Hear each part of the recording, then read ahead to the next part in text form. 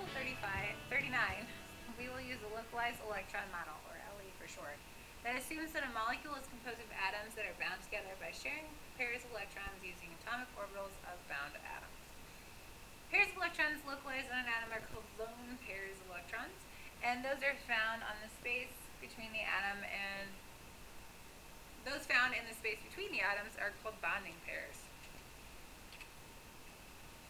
There are three parts to the localized electron model: description of the valence electrons, arrangements using Lewis structures, the prediction of the geometry of the molecule using the valence shell electron pair repulsion, or VSEPR model, and then the description of the atomic orbitals used by the electrons to share electrons or full-blown pairs, which we are talking about in Chapter 9. Hint, hint, that's hybridization from Chem 1. So, the Lewis structure, or LS for short, is a structure of a molecule known that shows how the valence electrons are arranged in the molecule. From experiment, chemists have learned that the most important requirements for the formation of a stable compound is that the atoms achieve noble gas electron configurations. When writing the Lewis structure, the rule is only that the valence electrons are included. So, like for fluorine, yes, it has 9 total electrons, but it's in 7A, so it has 7 valence. So we're only going to be using those 7 valence. Okay? For an ionic compound, it's a little bit different. I don't normally make you do this, where the potassium has 0 valence because it lost 1, and the bromine has 8 because it gained 1. There's a duet rule along with the octet rule, and I just teach you in Chem 1 that this is an exception. But the duet rule tells us that when hydrogen forms stable molecules, it only has a maximum of 2 electrons in its valence shell. So it's actually acting like helium instead of any of the other noble gases, because it only wants 2, and helium is the exception with only 2. Everybody else wants to be like noble gas and have 8 electrons in their S&P to fill up the octet. So, to do this, we're going to figure out how many valence electrons we have so that we know when we're finished. We're going to use a pair of electrons to form a bond, so connecting the atoms together. And we're going to arrange the remaining electrons to satisfy the duet rule for hydrogen and octet rule for all the other atoms. Sometimes the octet rule can be broken, but only on the central atom of the compound and never on the branching. So more details on that are given in your textbook. And we're going to see one example of that today.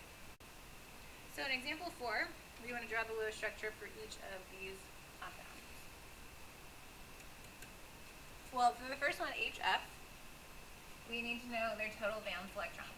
So H has 1 plus 7 from fluorine is a total of 8 electrons. So we know we're finished when we have 8 electrons. So the next step is to draw their dot structures. So hydrogen has 1 dot, fluorine has 7.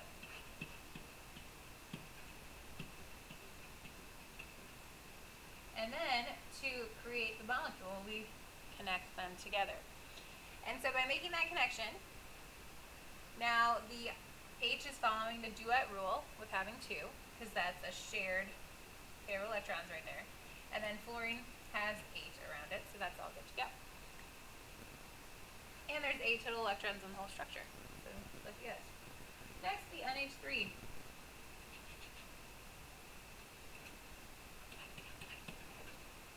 We have 5 valence electrons for nitrogen, and then we have 3 hydrogens that contribute 1 each, so that's a total of 8 electrons again. So we have to pick a central atom this time, and our central atom is the one with less in the compound but more dots around it. So the central atom is going to be nitrogen with its 5 dots. And then I have 3 hydrogens to connect, but if you notice, those 3 lone dots on the nitrogen are great places for those hydrogens to connect to.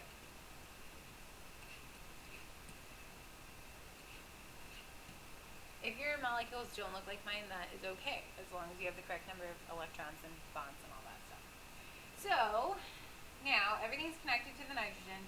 We have 2, 4, 6, 8 total, and everything's good to go. Then for the last one, the NO plus 1, We have 5 from nitrogen plus 6 from oxygen. And then that negative, or that positive charge means that you subtract the electron away. So we're going to have 10 electrons when we're done. Okay. Well, nitrogen has 5 dots, and oxygen has 6. Okay. Well, I want to try and complete the octet. So let's connect once. Now, nitrogen has 2, 4, 6, and oxygen has 2, 4, 6, 7. Not there yet, so let's connect again for a third time. Well, that's a terrible one. That was one line. So, now, oxygen's good with 8, but nitrogen now has 2, 4, 6, 7. So we're not there yet. Well, that subtracting an electron away is telling us to take an electron off. So you can, if you have an eraser, you can just erase it. Or you can always put an X over it so you see where did it go away from. And by doing that, now we have 2, 4, 6, 8, 10 electrons in our structure. And we're all good to go. Yes, the nitrogen is breaking the rule, but it is okay. Last thing we need to do, whenever you have an ion that you have to draw a structure for, you put the whole thing in brackets and then you put a plus sign or negative sign to show that you changed the number of electrons.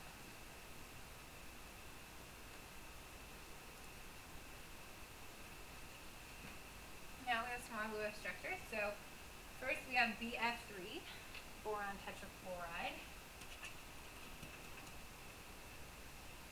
Borons contribute 3 electrons, and each fluorine contributes 7. So that's a total of 24 electrons when we're done. Central atom here is going to be the boron because there's one of them. Okay, and those 3 dots are where our 3 fluorines are going to connect. Each fluorine gets 7 dots to start.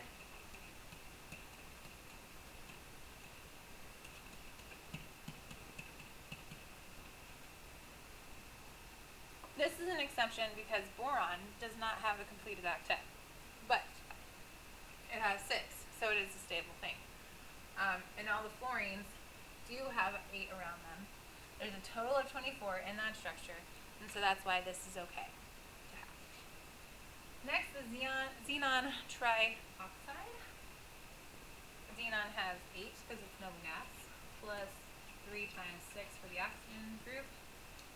So that's a total of 26 electrons when you're done. Well, our central is going to be xenon. And yes, we have to draw all 8 on the xenon. And then we have 3 oxygens to connect. And each oxygen has 6.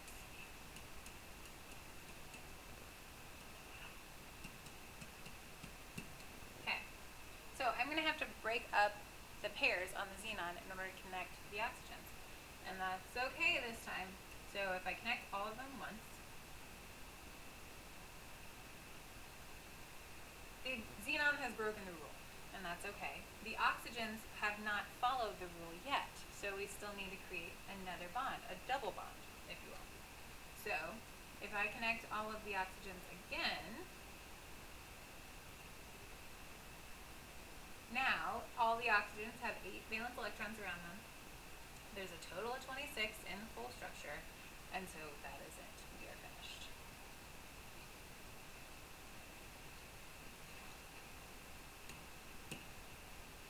So sometimes we can have more than one valid Lewis structure. That's possible, especially when we have the polyatomic ions. So this is where we call resonance. Resonance is invoked when more than one valid Lewis structure can be written. And so then what happens is they actually give the average of the resonance structures.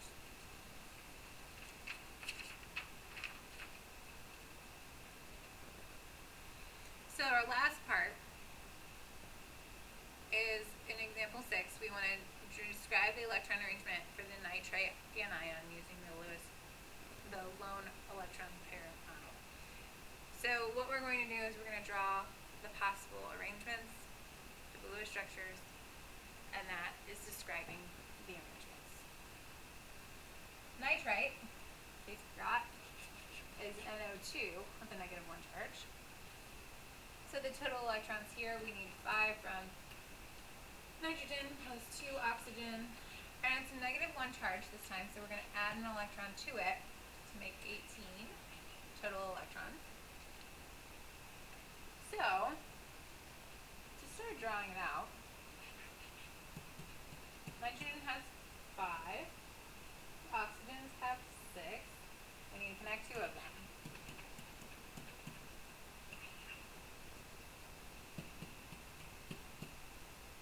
Alright, well, okay, I'm going to connect both of them once. Nobody's good to go yet. Everybody has 7. So, I can connect again one of the oxygens. So if I connect it there, that makes this oxygen happy with an octet, makes the nitrogen good to go with the octet, but the oxygen on the left side is not. This is where add the electron dot in comes into play. So I'm going to add it there. If you would like to signify the adding by circling, you can. So then now, we have 18 electrons total. Mrs. Manier, can you please come to the office? Mrs. Manier to the office. And so that is the rest of our structure after we include the -1 charge. So for resonance, you notice how we have a single bond on one side and a double bond on the other. Well, we can draw the same structure, but instead make the oxygen on the left side get the double bond. And then the oxygen on the right side is the oxygen that gets to gain that extra dot. And so that shows us that resonance is there. Alright, this is the end of level 39. Please refer to your checklist to know which homework problems to complete. Actually, just kidding. It's the worksheet. Try to do the Lewis structures 1 through 10 on the front side.